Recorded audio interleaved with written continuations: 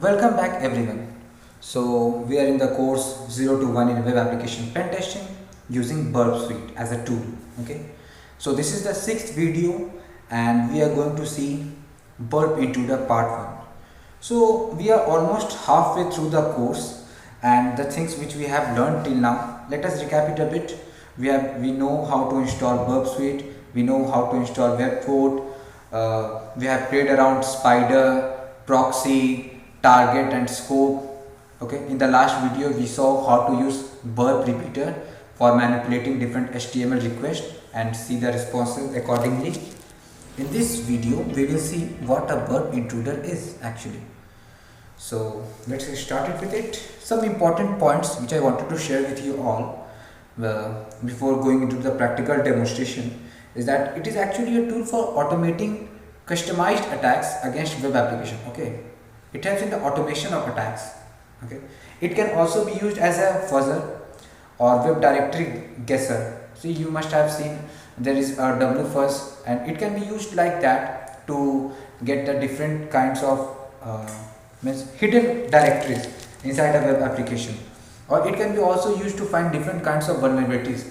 It can be also used to find means complex blind SQL injection attacks and many things. It's a very powerful tool in Burp. Okay, there are four configurable parts to it, and that is the target, position, payload and options. We will see that in the demo, so just bear with me for a second.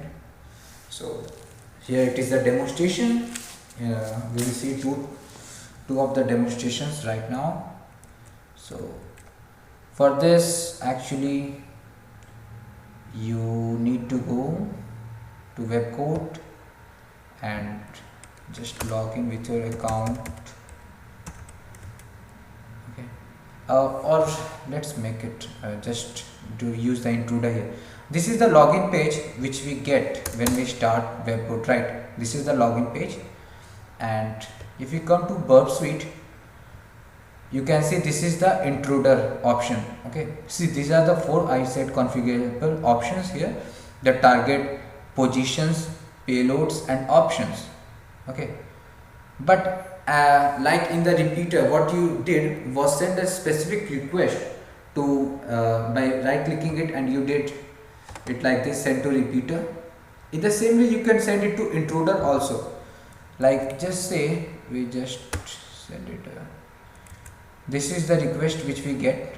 Okay, this, so let's say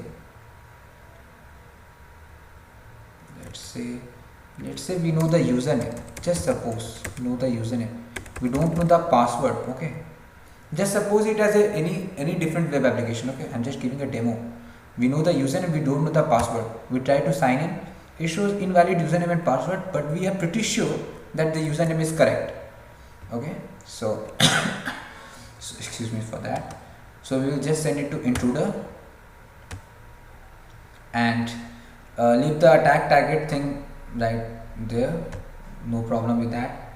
In the position you can see there is a symbol. Okay, you can this symbol indicates that the attack will work on these fields only. Okay, it won't try to change anything from this other things, just the cookie value, the username value and the password value. The first thing which you should do is just clear, and you should only select the field which you want to have means attack specifically. Okay, for now I know that the username is correct and I don't want to mess around with cookies and everything. I just want to see the password. Okay, know the password, so I add the symbol here. There are different attack types. I will show you, I will give you the reference where you can read about all of these, but for now sniper is all good. This can be used in advanced cases, and that case will not be with Burp Suite for with Webcode actually for now. So we will only be using the attack type sniper. Okay, it focuses on one thing or something like that. Then if we come to payloads, this is the one of the most important thing. Okay, to set up the payload, and here we set up the position actually for where the attack will be done. And if you see the payload type, you can see there are so many kinds of payload types.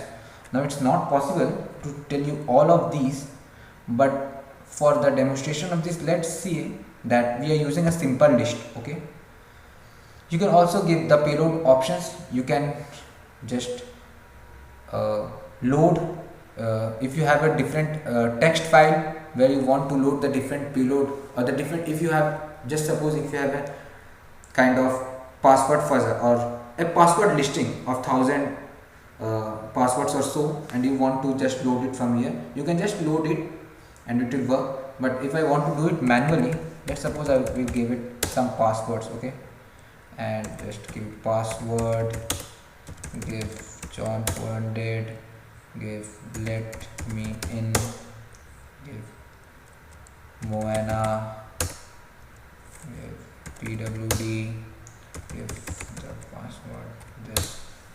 I just gave it some random passwords, and in this there is one password that is the real one. Okay, so how this attack will work after you have done this, you can also see here it says the payload encoding option.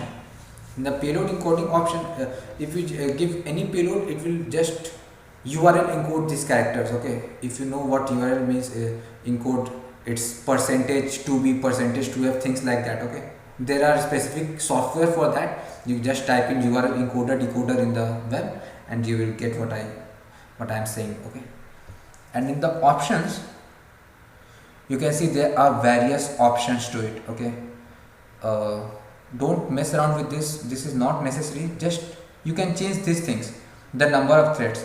Since I have only used 6 payloads, okay, 6 payloads, 7 payload, the payload count is 7, so I don't want to increase the number of thread. Okay, and also it won't be any problem if I don't increase this and this. Okay, the throttle, you can change the throttle, and what throttle means I have already told you in the burp.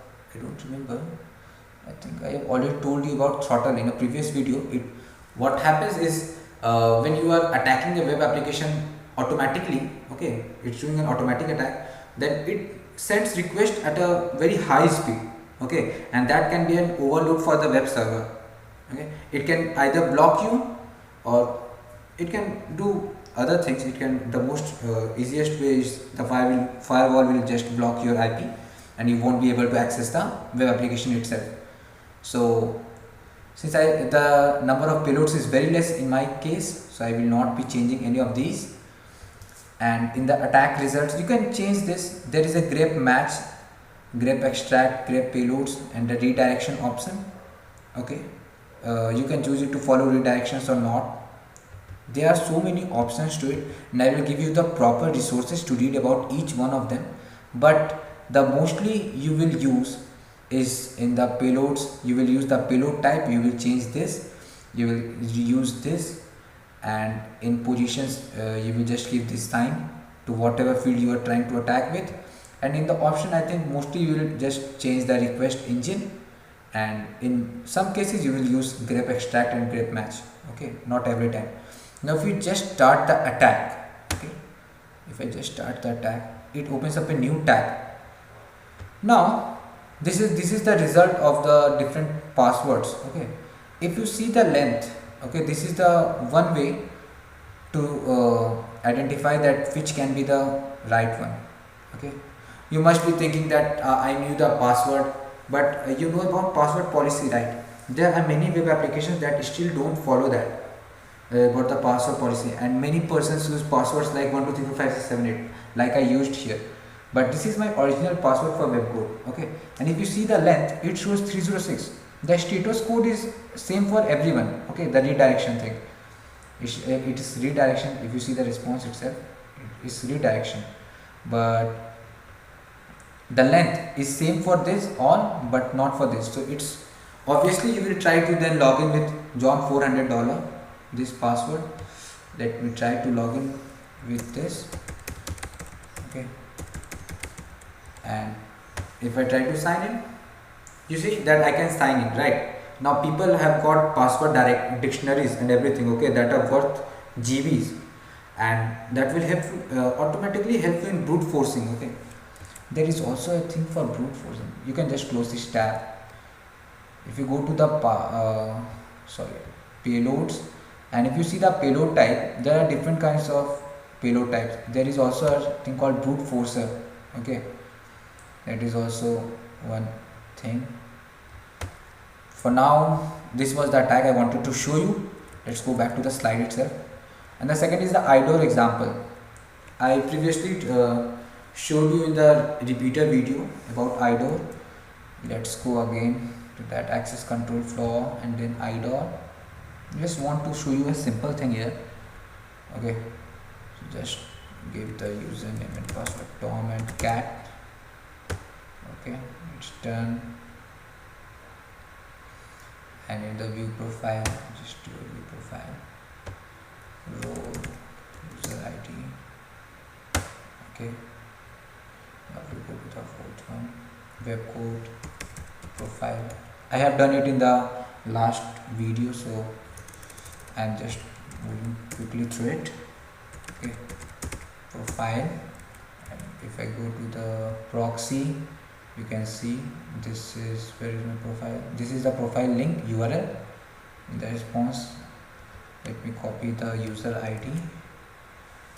Okay, I submit it and go back to here.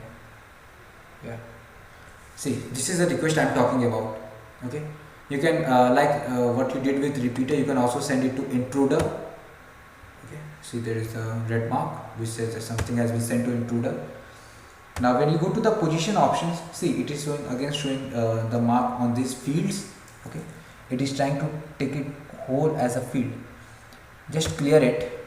And what I wanted to show you is that you can choose, before that I used different kinds of string or words as payload. Okay, now let's say you want to use numbers. Okay, so you just and you just want to check from here to here. Okay, you know that the initial 4 letters are the same, but this is the thing which is changing. So I am just adding this symbol to this. Okay, you see, so the intruder will only attack this field.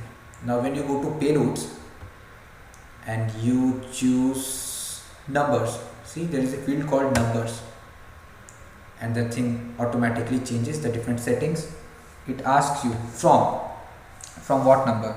Let's say I want to from 100. Okay, this is the first to 999. Okay, and by stepping one at a time. Okay.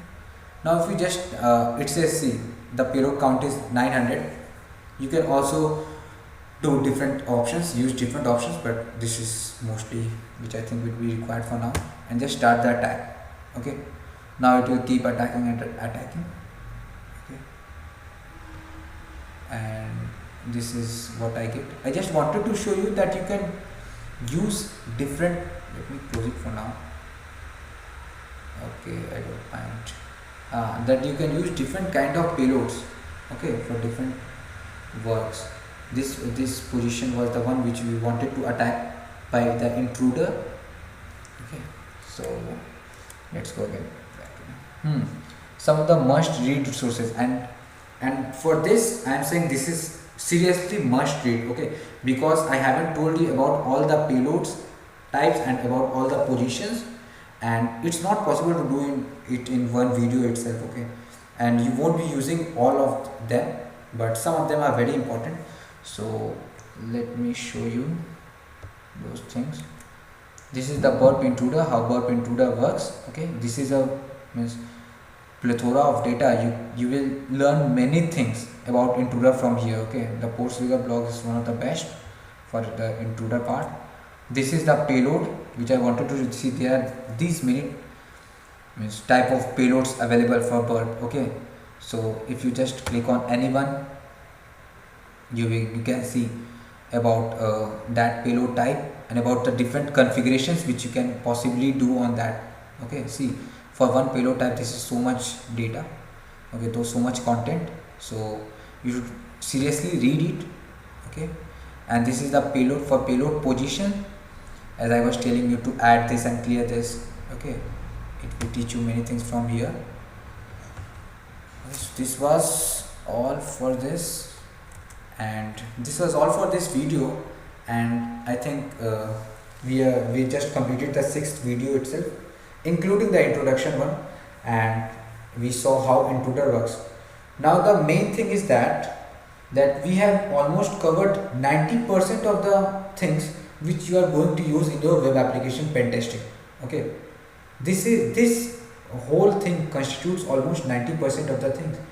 You will be using intruder, repeater, proxy and target again and again and again in every pen testing, in every bug bounty programs. These are all the things which you will be using most of the times.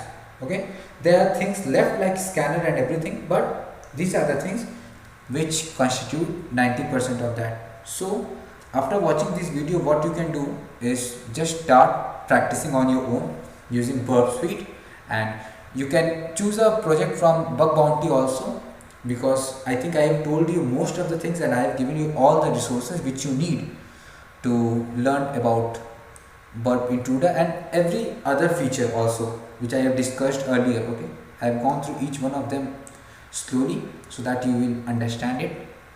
So this was all for this video, and I am looking forward to the next video. So keep learning and keep hacking, and bye bye for now.